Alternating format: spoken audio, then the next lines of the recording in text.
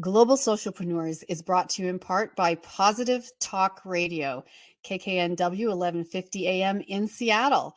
Check them out at www.positivetalkradio.net. Welcome to Global Socialpreneurs, a one-of-a-kind talk show showcasing expert social entrepreneurs. Learn their stories and their secrets to creating a sustainable impact. Now, here is your host, social entrepreneur and SCOTTLIN.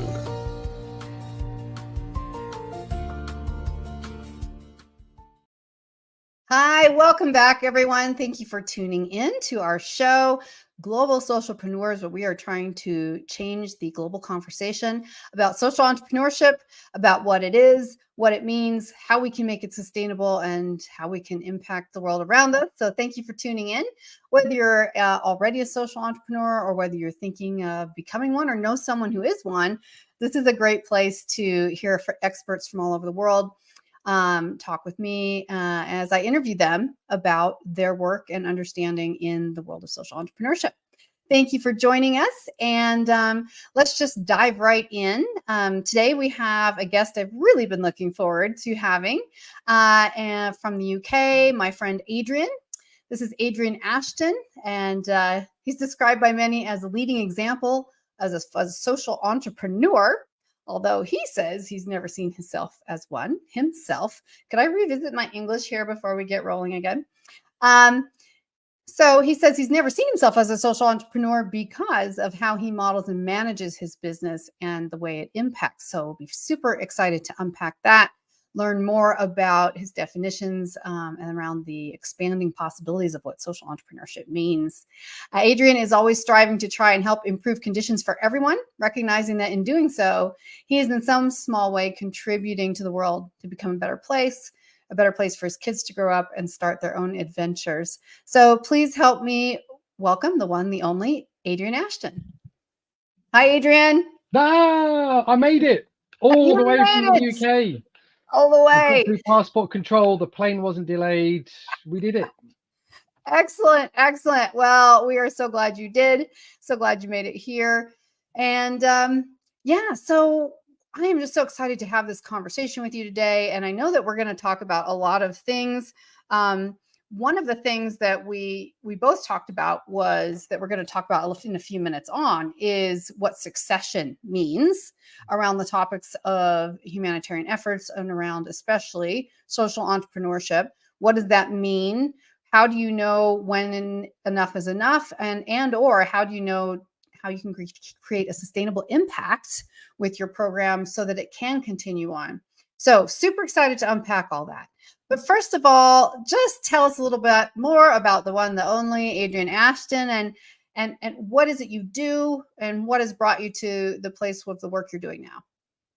So, how long have we got, Anne? I always kind of say it depends who you ask. No, I'm just kidding.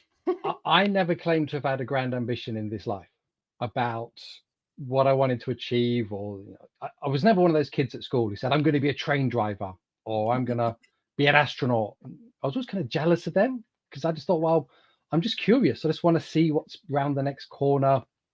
My parents brought me up as well to say, if someone asks you nicely, try and say yes. So this whole movement recently about saying no more to protect yourself is really hard for me because my parents are in my head stopping that.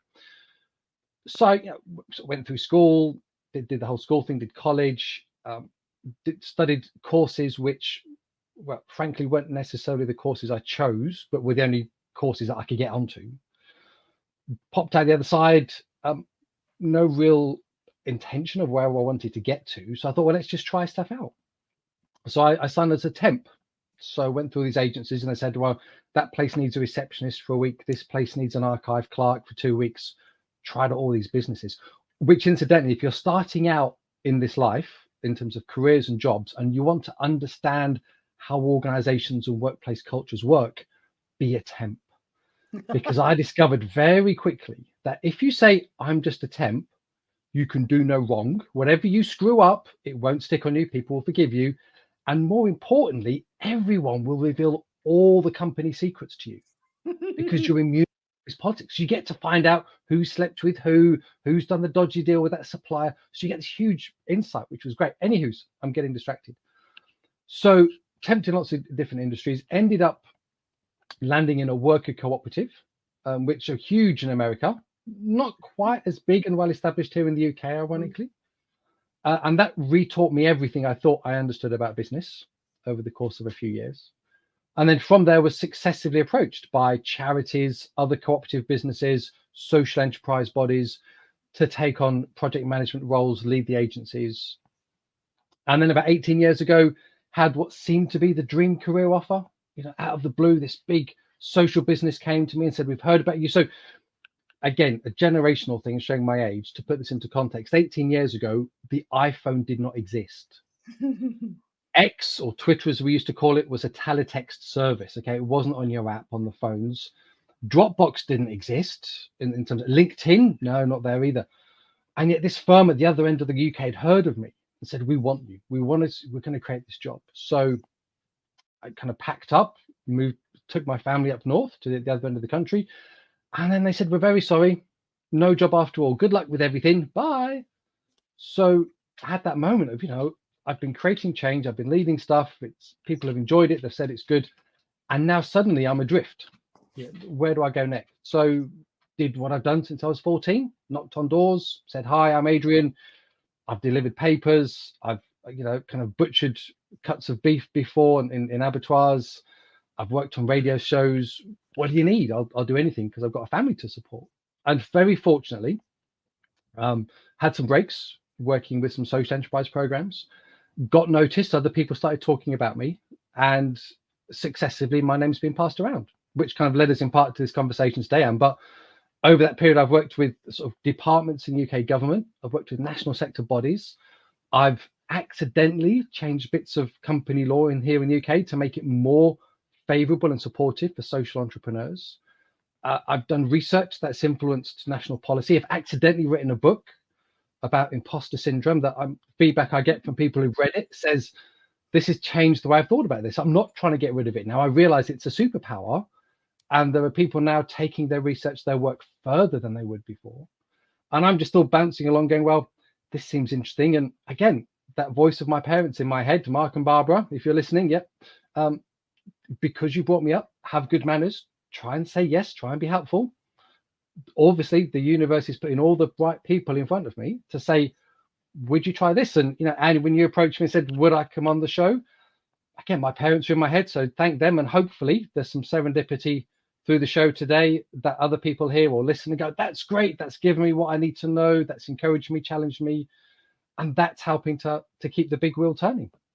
Wow. Amazing. Amazing. So I love what you were talking about as far as collectives. And just for people who may or may not be super familiar with what that means, can you just break that down just a little more to explain what that means and whether that's public or private, for-profit, non-profit? Yeah. So a worker cooperative from the outside looks like any other regular business, except it doesn't have a Jeff Bezos at the background owning all the shares and pulling all the strings, or an Elon Musk. Instead, all the people who work in the business own it collectively between themselves. It's their business. They have a stake in it. They're working it. They're running it to sustain their employment for themselves. They're designing it so that it's the best designed jobs for their welfare and well-being. And because of that kind of passion and ethos, they're also then saying, how do we be the best supplier we can be? How do we be the best buyer we can be? How do we be the best neighbor we can be to our community? So we see worker cooperatives actually being, the research shows us, the most resilient form of business models out there as we go along, and the most impactful for the jobs they're creating and the impact they make on local communities. And they come in all sorts of different shapes and sizes and colors. But like I say, in America, they're much better established than here in the UK. This is great. And that's such a great answer. Thank you. And it's such a great summary of what that means. And the reason I really wanted you to elaborate on that was just because this is a really interesting piece of what can be part of social entrepreneurship. And we could talk all day about whether those individuals are social entrepreneurs or part of a social entrepreneur enterprise, if it is a social business enterprise. Mhm. But tell me, what got you excited in the first place around the concepts of social entrepreneurship? Again, it goes back to my parents. It's that sense of, they brought me up with a sense of social justice, and apparently, even before I can remember, they were taking me on protest marches against nuclear arms, getting into trouble with the police. So there's a story of a rally they took me on, and then as the rally was finishing, the police pulled them to one side and sort of, please, well, I'm not sure if I'm pleased to say, but I occasionally still find the hand of the law on my shoulder from time to time, saying, what's going on here? And fortunately, always able to resolve it amicably. There's no charges ever brought, so we're all fine still. So there's something about, sort of looking at the world and saying something's not quite right. This isn't fair. This is not right. We're a social species, human beings to human beings. None of us exist in a vacuum. We stand or fall together as a community. So, that sense of social entrepreneurship that says we've looked out of the window, something's not quite right. And rather than relying on a traditional philanthropic model of charity, relying on the goodwill of strangers to give us a gift that may or may not happen and may or may not come with strings, what if we set up something more sustainable, something rooted in trade and commerce, which gives us more control, more empowerment as well? So again, this sense of, if we're talking about trying to empower people, give them a sense of progression and hope for the future, we can set up a traditional charity, no problem with that. But then the people who are supported through that charity will always know on some level they've been supported because of the kindness of strangers who've, to some extent, taken pity. A social entrepreneur says, actually, I want something that goes further than that. I want everything. I want the cake and eat it. So I want to create jobs that will actually give people a sense of worth.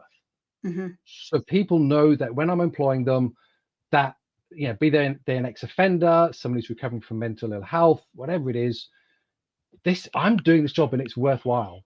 And it's actually a job that I've never had before. No one else would give me this chance. And I've earned this. And through my efforts, I'm sustaining it. That kind of impact for the individual, we're not changing the world in terms of the global ball we're all spinning around on. We're changing that person's world, how they see themselves and who they are as a human being. That there's the kind of the cliche, if we change the world for one person, we've changed the world.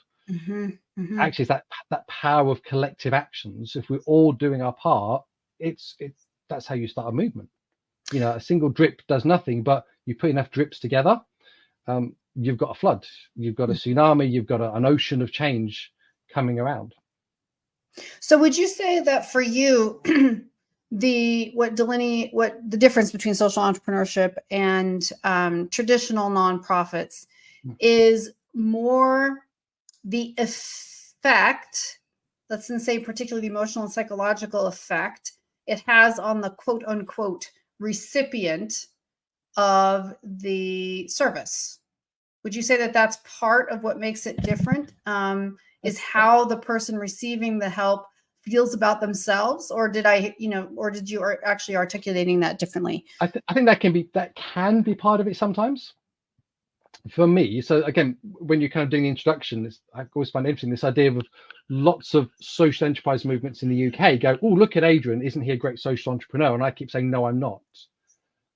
Because from the outside, what you see publicly can be indistinguishable. So here in the UK, McDonald's is actually one of the most impactful businesses we have in the UK for creating social good, environmental benefit, employment, welfare, supporting families, and so it goes. They don't trade on that, but they're not afraid of it.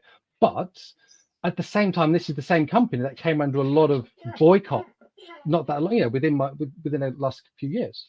But they've changed. They've introduced business practices that are actually creating impact and benefit for employees and others. The difficulty is, for me, that's not embedded. A new chief exec could come in and that could all change. Market forces could flip and they go, we need to start saving money, so we're going to drop that. A social entrepreneur says, because my motivation is rooted in creating change over time and embedding that into my business, that's the difference. Traditional entrepreneur, there's a market opportunity to trade, to make money, and that money might do some good things, but ultimately I'm in charge of it and I'm going to benefit. Social entrepreneur says there's a market opportunity to trade, to generate money, and with that money, we will create good things, and we will always be creating those good things. I may take a wage, but ultimately this thing's going to outlast me, and it's creating something bigger than me. And my reward will be in the next life from this. I'm not going to take the big payout in the way that a traditional startup would.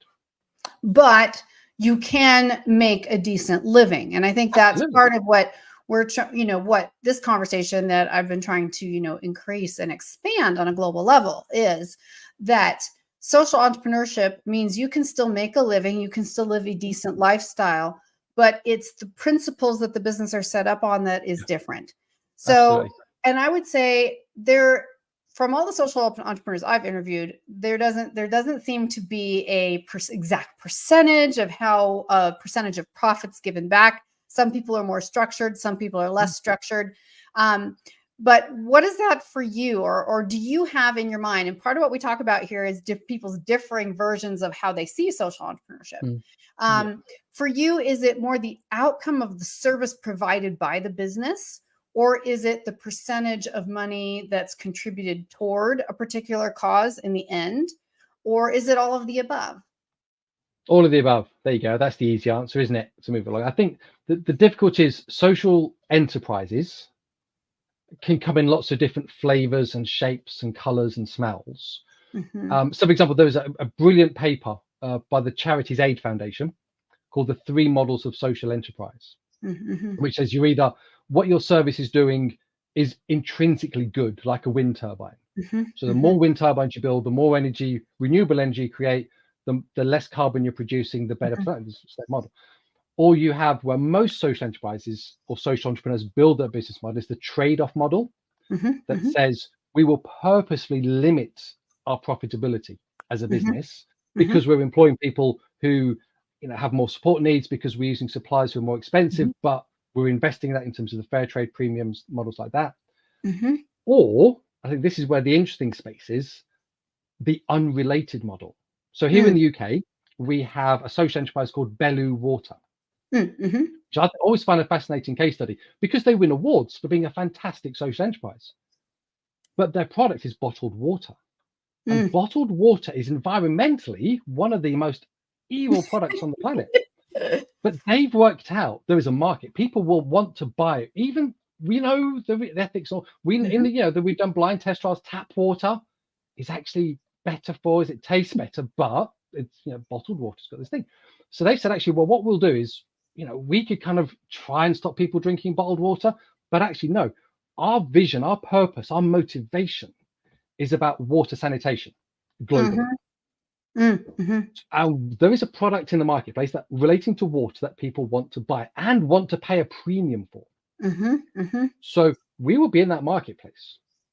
We will position ourselves as a high brand product, charging a premium price, and all the money we make from that, and we're going to try and make as much as we can, frankly, we will take and we will put in to these social programs around the world in terms of water sanitation. So they've kind of, that's their trade, that's their idea. Unrelated business model. We've found a product or service. It makes a ton of money. Other private businesses are in the space doing it. Why don't we get a piece of that action and we claim it for good? Actually, and because we're inside that space now, we're inside the tent, we can start to lobby a bit as well. We can start to challenge those other private businesses' expectations and ideas about, well, how can you give all your profits away and still be successful? So again, this idea of we model behavior. As we grow up as children, we learn rules because of what we see in the playground, what our teachers tell us, what we see other people doing.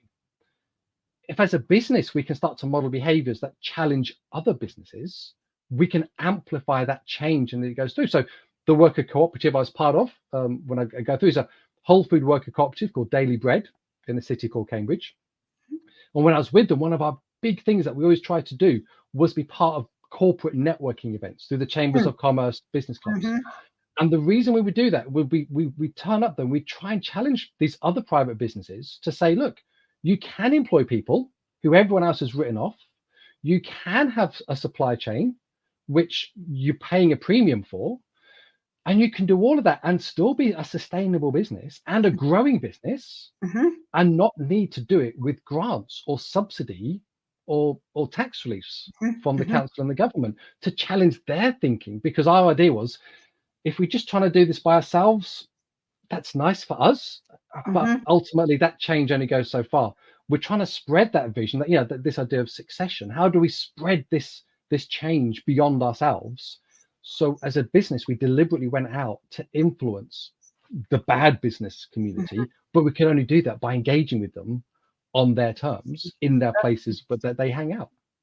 Yeah, that makes sense. And I want to just back up for one moment to talk a little bit about profits, because I assume most people who are watching are probably have some business experiences, but not all. And my point is that social entrepreneurship should be available to everyone, and that we all have combined experience that can make us an effective social entrepreneur. So when you talk about the bottled water company, and they're going to give all of their profits to XYZ for clean water. The point being, that's after the employees have been paid. This is actual profits. This is after the founders have been paid whatever they are designated, probably limited by a board of directors or whatever they have decided in advance. This is the limit to the pay. So everyone gets paid. Once the business is profitable, then it's those profits that are used or reinvested. But ultimately, that's the difference. And I think that's where people really misunderstand social entrepreneurship. Especially some of my friends in Europe who are not social entrepreneurs by trade, or this is something just very peripheral in their mind, even more than Americans. There seems to be this little like, ooh, you're getting your hands dirty. You're doing humanitarian or environmental work, but you're getting paid. Like, isn't that a little sleazy? You know, kind of like, what?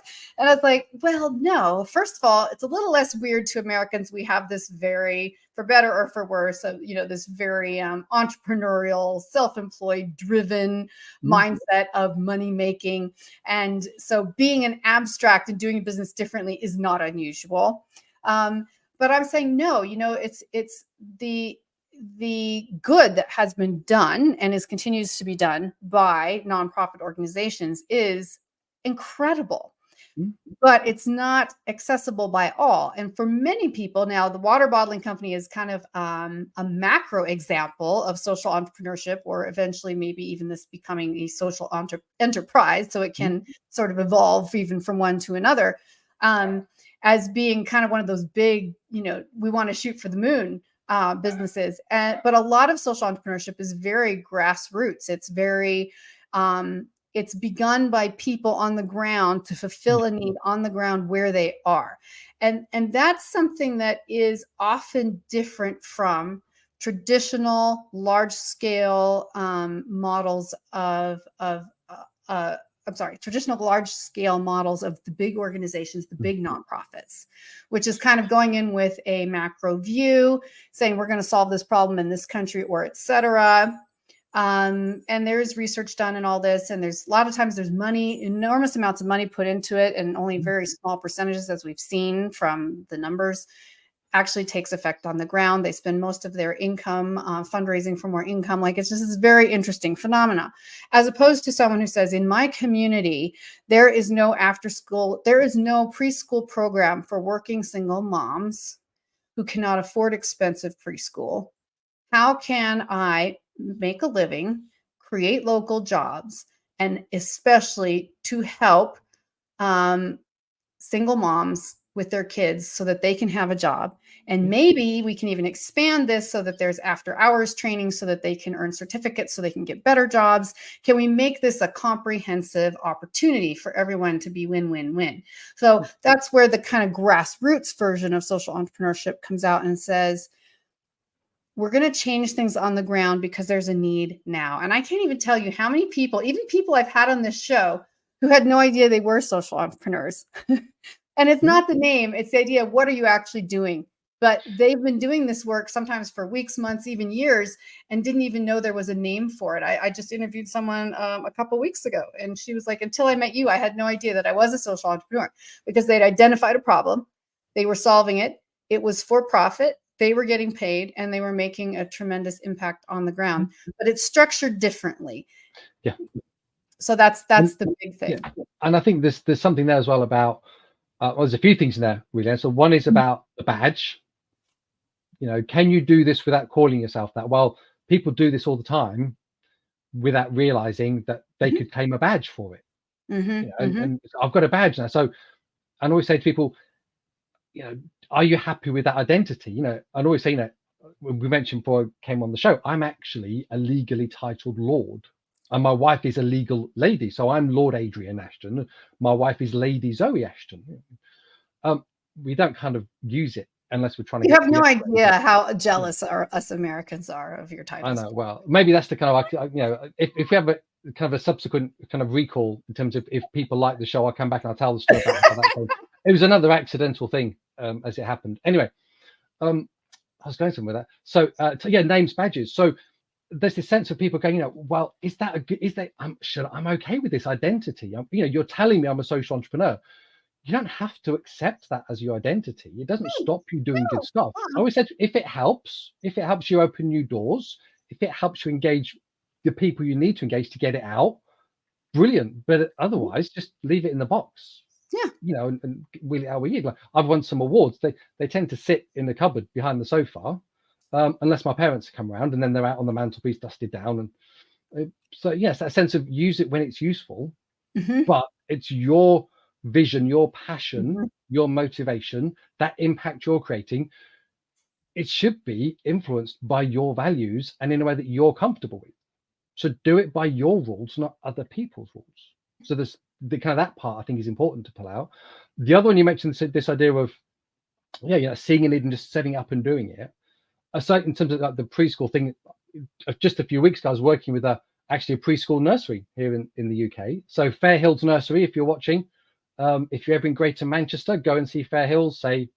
And really, I mean, they've been around for decades, and the stuff that they're doing in that community in Salford is just fantastic. And they're constantly evolving it, they're constantly growing it, they're reaching new families, new communities, supporting children and then supporting families and parents, not only freeing up their time, but actually helping them engage with those employment and retraining opportunities off the back. But there's something about saying, I look out of the window, I'm in that position. How do I start it? You know, I've got that motivation, that passion, but, you know, I'm not sure I've got the skills or the confidence to do it. So here in the UK, you know, over the years, we've had this thing called social franchising. So, you know, a bit like kind of Starbucks or McDonald's or Burger King. So like a franchise, a replicated business. But instead of those sorts of models of franchise that says, you know, all the money goes back and you get very little control, these are more open-ended. These are more about, again, that's this idea of succession, spreading the model, spreading the impact, allowing other people and communities to pick something up ready-made that they can then introduce, adapt it to suit their needs, and it scales. So one example of that here in the UK is something called the Incredible Edible movement. So I used to live in a town called Todmorden, famous for many things, including, to my knowledge, still the only town in the world to have 2 Nobel Prize winners. But it's also home to this thing called the Incredible Edible movement, Incredible Edible Todmorden. And if you look it up online, Google it now or Bing search, whichever you want to do, you'll think, oh, this is about growing food in your gardens for everyone to eat. So any bit of scrap land that you find in your town or your neighborhood or on your college campus or at a railway station, you just plant vegetable crops or fruit crops, tend them as you're all going around your business. And then anyone who needs food, it's there to access, it's there to have. That's kind of it, you know, so this impact, this change. And they've said, you know, as part of the Incredible Edible network, all this stuff is open source. Just take the model and run with it. The only thing we ask is, if you want to do it, let us know. Tell us how you've tweaked it, what's working for you, and we can all then share in that, amplify this movement together. So it's a form of replication as a way to continue that model and that impact going forward. Now, the other thing about but this is where it gets really interesting. There's a dark secret at the heart of Incredible Edible. It's not actually about the food. Food is the cover story. Actually, the motivation behind Incredible Edible was about getting to know your neighbors. Here in the UK, you know, Americans, you're beautiful, you're lovely, you'll embrace anyone, you'll have a conversation with anything. Off you go. It's great. Here in the UK, we don't really do that. We don't do small talk. You can live years on the street and never actually, if you time it carefully, you'll never even see your neighbors coming in and out of their doors. And that's like, you know, life goals for many people. But that doesn't make resilience. That doesn't build for, supported lives. It stops, serendipity happening. So Incredible Edward said, how do we find a way to allow neighborhoods, people and communities to talk to each other, to break down those barriers, to build meaningful friendships that can support each other through times of need or trouble? Because again, Todmorden is also one of the most flooded towns in the UK. That's a whole other issue and podcast story perhaps. So I said, well, what's the one thing everyone has in common? Well, other than the fact that everyone has to wipe their bottom, everyone has to eat food. So what if we use food as the way and how can we get food doing so? Well, if we make it public and we say to people, grow it in your gardens, and then if you want to take your neighbor's food, you knock on the door. Is that okay? We're very polite in Britain. Is it okay if I take your courgettes or your marrows or your apples? If you're kids, you just nick it. But if you get older, we have this idea. So all of a sudden, you've started this conversation. And then it becomes, well, if you're taking my marrow, that's fine. Do you know how to cook it? Can I share some recipes with you? And then you started a conversation. You're getting to know people. You're building that sense of community together. So this is basically an example of an understated co-op, again, kind of where we started this conversation. So the collective action, collective mutual support. Yeah. This is a mutual support, collective action. Now, whether or not this one was actually for profit, I guess that's another really excellent point, and probably for another day. How do you define profit? It's not always in dollars and cents. I think that is important. Hey, that doesn't do me any good over here. It's got the king and queen's head on it. I thought Americans loved our monarchy, I know we do. I have all kind of box of your coins. I love them. I'm like, they're so cool. We're so enamored. Well, actually, in which case, I'm probably got. So my father, who has just finished being the mayor of the city of Cambridge, So we've just recently, you may sadly we lost Elizabeth II a little over a year ago now, succeeded by her son, King Charles. King Charles, after his coronation, the first person to shake his hand on an official thing was my father as the mayor of Cambridge. So this hand is kind of 2 handshakes away from the King of England. So I love that. I love that. I have to be very careful when I wash it. Yeah, we're more like selfies with the Hollywood people, that's when I was acting full time in Los Angeles. That was the big thing. It was like, how many selfies with famous people could you get on your Instagram feed? But no, it's fascinating though, like this co-op, this collective principle around. So again, and then productivity and what is profit? Again, I think so much more for another day because we're like having so much fun but I'm really enjoying what we're just talking about because I like to get back down to the brass tacks and the principles of social entrepreneurship because they are in many ways mistaught, misunderstood. I think defining profit, I'm literally going to write this down right now because this is going to become a new question in the show. Well, actually, this point of profit here in the UK, and this is an interesting, again, it's really sort of edifying for me to have these sorts of conversations with you, Anne. Because there's huge cultural differences between the way that we approach this, depending where we are in the world, because of our respective histories and laws and things. So here in the UK, social entrepreneurship and the wider social enterprises are often bound up with this term, not for profit. Interesting. So yes, that's what's so confusing. Yeah, so it's defining itself by what it isn't. So saying, well, private businesses are for profit. We are not traditional private businesses. So how do we say it's not for profit? That's a big. Now for me, and I was going to say, if you ever see me in person at an event and the fight's broken out and you see I've started to slap someone, it's because they've introduced themselves to me as saying, oh, we're a not-for-profit. You ever say that, I'll slap you down? Okay, because it's so damaging. Because not-for-profit is a really powerful binary statement. You're defining yourself by what you are not. Yes. You are not for profit. That means you are for loss. It's like, hi, I'm Anne, and it's like saying, oh, hi, I'm Marie, and I am not profitable. Yeah. Please give me more money to top it up, and then I'll waste it. It's not sustainable. It's not empowering. It's not kind of encouraging or challenging or inspiring. It's just, keep putting more money in the bucket because we've got leaks in the bucket, and we know we've got leaks, and we're not going to do anything about it because we're okay with it. Interesting here too, because not-for-profit is a very specific, at least in the US, very specific tax designation. Whereas for-profits and social enterprises, while it's possible they may have the support of government funding, or they may be recipients of a one-time grant, and those things are possible, they are typically, most of them are still taxed as a traditional business, which is a really interesting question. So I think and this is why I love having these conversations, because one of the biggest challenges around the social entrepreneurship debate, conversation, whatever you want to call it, is we need to redefine our definitions. I mean, over the next 10 years, it's my goal that we collectively can get government and large enterprises and small ones as well to start officially redefining these terms, because it's very confusing. And so some of your for-profit social entrepreneurs in UK actually still have a government designation as a nonprofit. So it's extraordinarily confusing.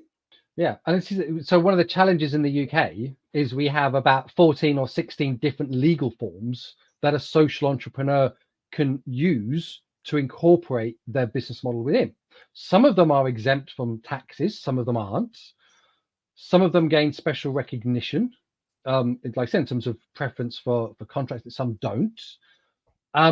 It's just really boggling. I do workshops and training courses with groups to try and help them understand what's the best structure for me to pick. I do this with startup programs. I've done it with faith-based entrepreneurs as well, as part of theological programs, in terms of if you are motivated, and this is another kind of huge branch of social entrepreneurship. If you are motivated by your faith, does that automatically make you a social entrepreneur? Gosh, these are good questions. And again, I think, well, my short answer would be yes, it does. The problem is the succession, because as you grow and scale your business as the faith-inspired leader of it, the entrepreneur driving it, you are making sure that purpose, those values, that change is sacrosanct. It's central in everything you do. Here in the UK, Boots the Chemist, Barclays Bank, they were set up by faith-driven entrepreneurs. But then once they retired out and other people took over who may not have shared that faith in the same way, they started to be swayed by other forces. And then we see these businesses that were once paragons of virtue because of the roots in faith, they're just the same as any other private. And actually, they're seen as being really unethical. They're really damaging now because of their employment. Where did it go wrong? At that point of succession, how do we as the social entrepreneur inspire and embed that change for the people who come after us to carry on that purpose? Like I say, Incredible Edible have taken the view of saying we'll do it as a movement change. And there have been a number of food-based and education-based social businesses that have come out of it in different places, inspired by it. Great, brilliant. But they've said in terms of keeping that vision, that impact, that change happening, we have to open source it. Yeah. That protects. That makes sense. And this is, I'm so glad that you kind of helped us bookend around the conversation of succession and described it for us, because we're definitely going to have to come back and talk about this more. And my goodness, this would also make such a fantastic panel discussion, because I think there's so many things that need to be unpacked in this conversation. And, succession is just one of them. And I hope you'll come back and we can talk about that in more detail. But that's a huge and really useful question. Another one, I would like to have a conversation specifically about faith-based groups of all kinds and when they're social entrepreneurships, because sometimes I'll just play devil's advocate, but because my challenge would be, is social change adherence to a specific philosophy, right? So it kind of goes back to the old missionary principles as well. We'll give you food and we'll give you education and we'll allow you to come to the hospital as long as you're a member of our religious organization, as long as you join our religious organization. So there's a trade going on, and it might be a value, but in modern society, is that still something, does that still fall under humanitarian work? Now, I have worked with humanitarian organizations that are run by religious organizations, so I totally embrace the good that's being done, however it's being done. But these are just really fascinating questions. What is social entrepreneurship? And the other kind of flip side to that, just to kind of take it to another side, is this sense of not just, that kind of reciprocal expectation of almost, if you want this benefit, you must do this. What about the products and services as social entrepreneurs we sell? So, for example, the fair trade movement. Everyone can pretty much agree fair trade as a business model concept, hugely empowering and inspired by faith bodies, coming out through this. And that's fine, no problem. But here in the UK, the two big ticket items that have underpinned the fair trade business model, generated the revenues, generated the impact, are alcohol and chocolate. Now, and we can kind of we're going to have to wrap up, so I'll let you wrap that up, but we got about 50 seconds. So there's that kind of sense of, it goes back to belly water. What's more important, the cause, the motivation, or the product we're selling? And we've got to, social entrepreneurs, we're constantly trying to balance off and reconcile those tensions. So we're always in a balancing act, and that's okay. And it goes back to what you said about McDonald's, which, as in some ways is a social enterprise, perhaps. If they've rebranded, they've done some pivoting, because my mother, who's like a nutrition and I call her lovingly a health nut, and maybe you call me one too, but still, like McDonald's is pretty much the devil, right? So it's like, okay, so, but this is where, as you said, binary, or the principles of like that we're supposed to see everything in black and white, doesn't work in a real world, because it doesn't. If you can fulfill a need and do good and provide jobs and provide health insurance to single parents who would have never had it otherwise, and if you're selling a product that is in the public demand, even if it is ice cream or hamburgers, does that mean that, the essential product? So this is such good conversation, Adrian. I'm so glad you came on. And this time just flew, and I feel like we barely scratched the surface. So we hope you will come back. Thank you so much for being here. Stand by, Adrian, please, because I'm going to wrap up with you here at the end. Everyone who tuned in today, thank you so much for watching here on Global Socialpreneurs, and we stream on Wednesdays. That's at 12 Eastern, 9 a.m. Pacific. Check us out on USA Global TV. And we also have some big announcements coming up soon around the program and around our broadcasting, and also moving into streaming television. We're going to be, by the end of this month, we're going to be on Roku, Apple TV, Amazon TV. So please keep it in mind. And there's my dog telling me that I must end now. So thank you. Be kind to each other. Be kind to yourself. And come back next week, because we have so much more to talk about and social entrepreneurship. Thank you, and have a great day. Bye. Peace and long life. Bye.